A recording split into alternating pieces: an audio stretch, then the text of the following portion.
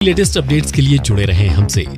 Subscribe करें और सारी अपडेट अपने मोबाइल पर पाने के लिए ये बेल का बटन जरूर प्रेस करें।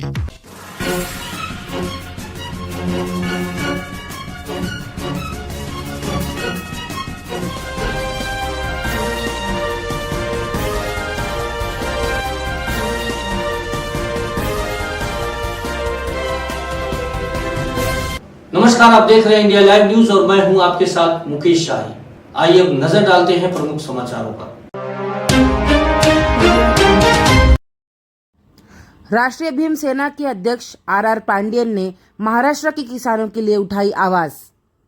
मंगलवार को प्रेस कॉन्फ्रेंस कर महाराष्ट्र में आई आपदा से ग्रस्त किसानों के हक में आवाज उठाते हुए शासन प्रशासन से की गई मदद पर चिंता जताई और 16 अक्टूबर तक जल्द से जल्द किसानों को सहायता करने की मांग की।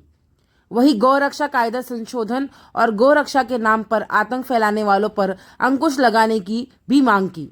आज यहाँ पर जितने पत्रकार भाई लोग आए हैं उन सबको पहला स्वागत है कि आप लोग जो मेरा मुद्दा है किसानों का मुद्दा जो किसान ट्रस्ट है उसके लिए आप लोग आए हो उसके लिए धन्यवाद। आपने देखा होगा कि बीच में जो बरसात की वजह से जो ओला गारपीट मतलब बहुत उसको बाढ़ आने से किसान बहुत त्रस्त है। आपने देखा होगा किसानों की खेती मतलब नष्ट हो गई, उनके घर मतलब बह गए, प्लस उनके पशु है सब मतलब मर गए, प्लस उनको मट्टी होती जो खेतों में जो मट्टी वो बह गई। ऐसा बहुत बड़ा मतलब आपदा आई हमारे महाराष्ट्र के किसानों पर उस पर। और उसके साथ ही साथ आपने देखा गौरक्षण की वजह से भी जो गौरक्षक कायदे की वजह से भी किसान त्रस्त था। तो बलि राजा जो है वो मतलब कि आत्महत्या करने के कगार में है। और ये जो सरकार है अपनी जो महाराष्ट्र सरकार है और अपने किसानों का दुर्भाग्य है कि अगर अभी इलेक्शन पीरियड होता ना तो सरकार बड़ी बड़ी घोषणाएं करती और अभी अकाउंट में पैसे ट्रांसफर करती, लेकिन अभी क्या इलेक्शन हो चुका है, अब कोई इलेक्शन नहीं है। तो इसके वजह से किसानों को पूरी मदद जो होनी चाहिए मदद कर रही है। सरकार ने अभी पैकेज जाहिर किया, लेकिन वो पैकेज मतलब ना उनके मतलब मुँह में जीरे जैसा है। तो मैं उसके लिए हम लोग का मतलब कि भीम सेना का ऐसा है कि भाई ये जो उन्होंने जाहिर किया है ये बराबर नहीं है। हमारी मांग ये थी कि पर एक मतलब कि 1 एकड़ पर जमीन में 50,000 रुपया, वो भी 16 तारीख से पहले, ये जो 16 तारीख दिवाली से पहले जो 16 तारीख उससे पहले किसानों के अकाउंट में पैसे जाना चाहिए। आपने देखा होगा ये सरकार ने वो लाड़की बहन योजना का भी पैसा रोक दिया है और जो पैकेज डिक्लेयर किया वो भी रोक दिया है, दे नहीं रही है। ये सरकार जो है उदासीन सरकार है, ये किसानों की मदद बिल्कुल नहीं करना चाहती है क्योंकि अभी कोई इलेक्शन नहीं है, कुछ नहीं है। अभी आपने देखा बिहार में मोदी जी गए, उधर बड़े बड़े पैकेज का डिक्लेयर किया, क्यों उधर इलेक्शन है, पर इधर इलेक्शन नहीं है महाराष्ट्र में। अपने जब इधर इलेक्शन था तो इधर लाड़की बहन योजना और टोल माफ जो किया उन्होंने, क्योंकि वो वोटर खरीदते थे, इनडायरेक्टली वो ब्राई कर रहे थे। तो अभी यहाँ पर किसान मर रहा है। मेरे को सुबह 2-3 दिन पहले फ़ोन आया कि बच्चे जो प्राइवेट स्कूल के बच्चे हैं उनके घर के अंदर जो पानी भरने की वजह से उनके पास किताब नहीं है पढ़ने के लिए। किताब थे वो भी सड़ गए, मतलब बरसात के पानी की वजह से वो पूरे खराब हो गए। और मतलब ऐसा हो गया कि बच्चों को वो जो प्राइमरी स्कूल के बच्चे उनके किताब तक नहीं है। तो वहाँ के स्थानिक जो है आमदार नगर सेवक जो बीजेपी के हैं सब जगह पे कुछ लोग अपनी मतलब की मदद करने की कोशिश ही नहीं कर रहे। शेतकरी को मतलब होता ना कुछ अपनी तरफ से करना चाहिए, कुछ करने की कोशिश ही नहीं कर रहे। तो मेरा सरकार इस उदासीन सरकार से विनती है कि उन लोगों का गुस्सा ना देखे, ठीक है, क्षेत्र में गुस्सा ना देखे, उनका अंत ना देखे। क्योंकि अगर आपने देखा है कि आपने देखा नेपाल में क्या हुआ, लद्दाख में क्या हो गया, इस तरह का घटना महाराष्ट्र में हो सकती है अगर सरकार अगर किसानों को देखेगी नहीं, उदासीन करेगी, उदासीन रहेगी और अपना पैकेजेस जो जाहिर किया है वो पैकेजेस मतलब प्रॉपर पैकेजेस जाहिर करे और टाइम वक्त से पहला जाहिर करे और पैसा वक्त से पहला दे।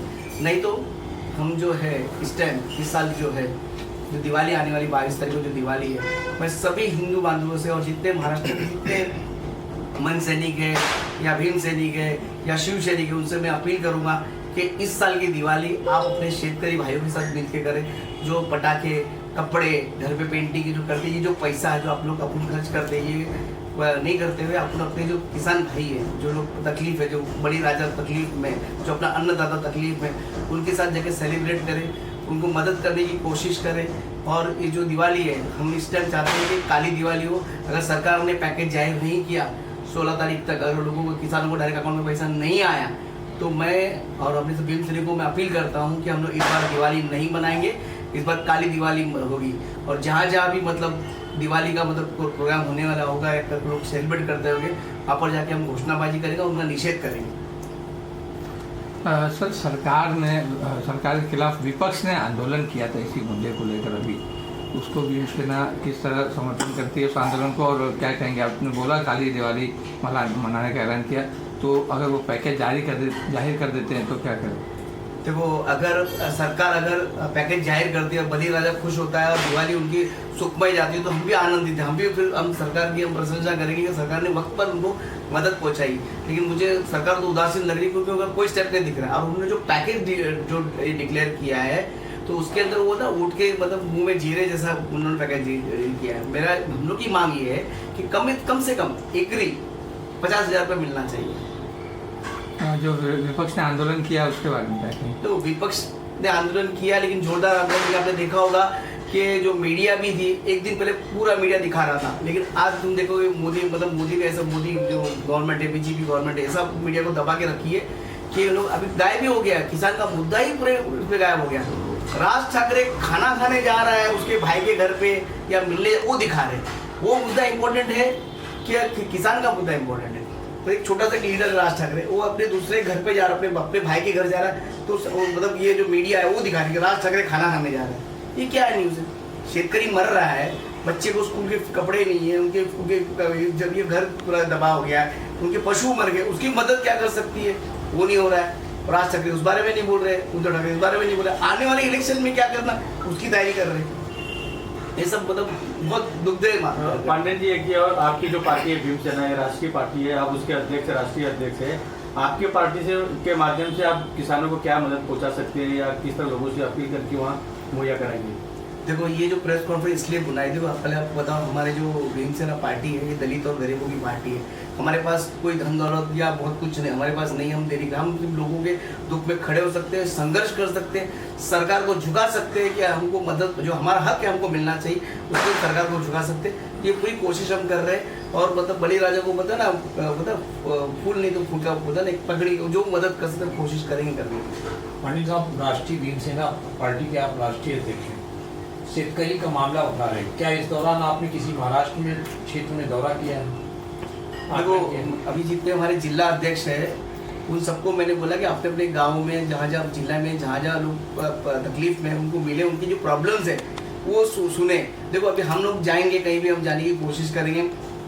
ये जो सरकार के लोग हैं, मतलब अपने देखा होगा, हमको ना उन लोग सही तरीके से मतलब ना हमको सपोर्ट मिलता है, ना हमको परमिशन मिलती है। ये लोग मतलब उल्टा हमको जाने को बाहर निकलते हैं। अभी आज ये प्रेस कॉन्फ्रेंस हम घर के अंदर कर रहे हैं, अभी आप परमिशन मांगते हैं नहीं और करना है तो शायद वो प्रेस कॉन्फ्रेंस की परमिशन नहीं मिलती। आप क्या बोल रहे हैं उसके पहले बताओ, क्योंकि ये लोग चाहते ही नहीं कि सरकार के खिलाफ कोई बोले। ये सरकार ही ऐसी है।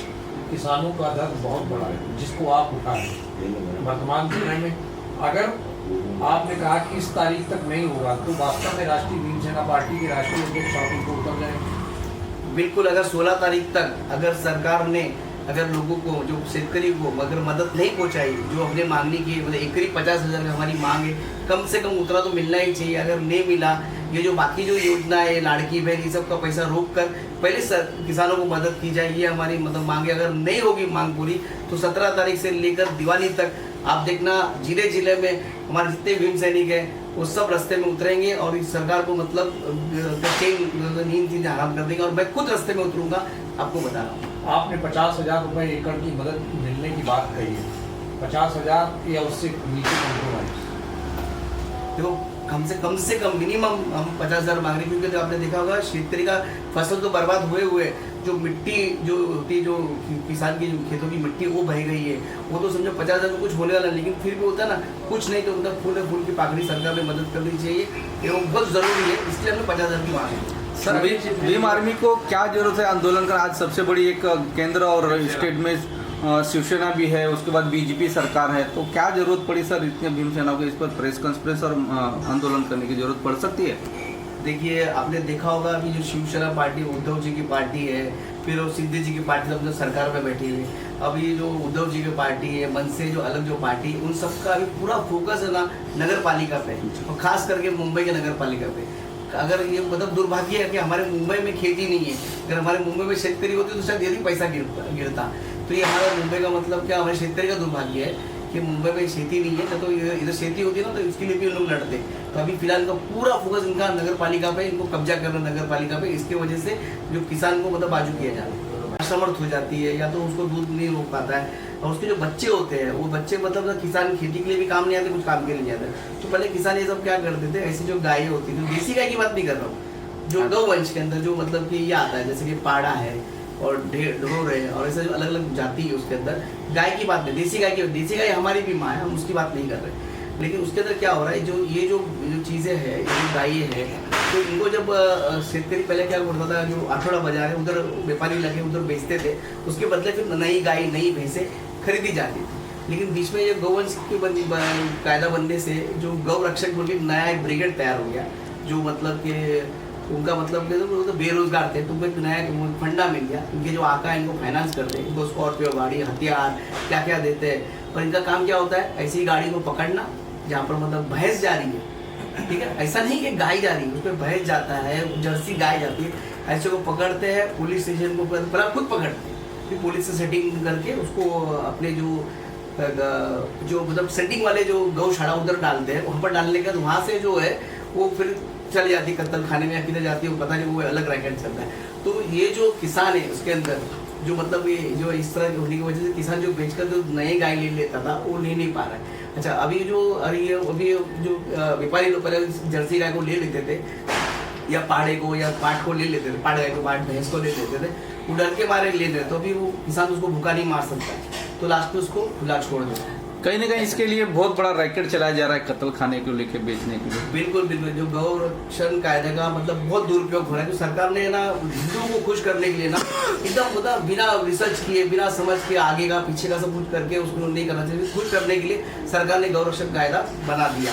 इसकी वजह से ना उसका मतलब जो अभी एक्शन का रिएक्शन या होता ना इम्पैक्ट, तो अभी हो रहा है। अब शेतकरी मर रहा है, ठीक है, इससे मतलब हिंदुओं को लेना देना नहीं है, इसमें जो शेतकरी जो पालता था, जो भैंस गाय जो पालता है, और इसके अंदर जो गौरक्षक बोल के जो ये जो बने, उनको मेरा गौरक्षक जो ब्रिगेड उनको बोलना ये है, और गौशाला जो चला रहे हैं उनको ये बोलना ही है, जो बहुत बड़े बड़े जो जैन समाजी लोग का गौशाला है, उनको मेरा बोलना ये है कि आप लोग है ना, जो जिसके पास देसी गाय है, जो तबेले में गाय है, उनके जो बेचारे पालते हैं उसको, गाय को पालते हैं, तो उनके पास जब गाय का मतलब जो प्रॉब्लम होता है, वो चारा देना है, उनका मतलब गोबर उठाना है, उनका जो सेवा करना है, तो गौरक्षक वो सेवा क्यों नहीं करते, वो क्यों नहीं सेवा करते? मेरा गौरक्षक को विनती है, अगर आपको सही में गाय से प्यार है तो गौरक्षक जो जहाँ गाय पली जाती है उसको डायरेक्ट चारा दे, गोबर उठाए, सबको साफ सफाई करे, वो ख्याल रखे, वो भी पाड़ेगा। और सरकार को भी विनती है कि जहाँ शेतकरी है उसको डायरेक्ट मतलब जो बेनिफिट है वो शेतकरी के अकाउंट में दे, तो गौशाला को देने की जरूरत क्या है?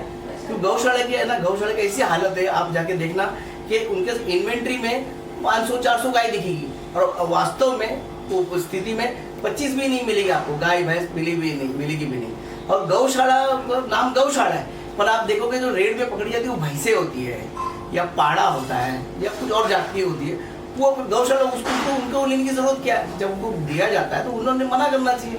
और पुलिस ने भी अगर कोई रेड करते हैं तो वेटरनरी डॉक्टर को लाके वो चेक करे कि वो गाय है कि देसी गाय है क्या। मुंबई से DR शोभन की report, India live news Mumbai. इजाजत दीजिए, फिर मिलेंगे नई खबरों के साथ। नमस्कार। लेकिन चलते चलते गुजारिश, विनती, अनुरोध, अगर आपके पास कोई समस्या है या फिर कोई घटना घटित हुई है तो स्क्रीन पर दिखाए जा रहे नंबरों पे आप हमें सीधे संपर्क कर सकते हैं। आप हमें ईमेल भी कर सकते हैं। हमारा ईमेल indialivenewschannel@gmail.com। आप हमारे वेबसाइट पर भी लॉगिन कर सकते हैं www.indialivenews.co.in। नमस्कार।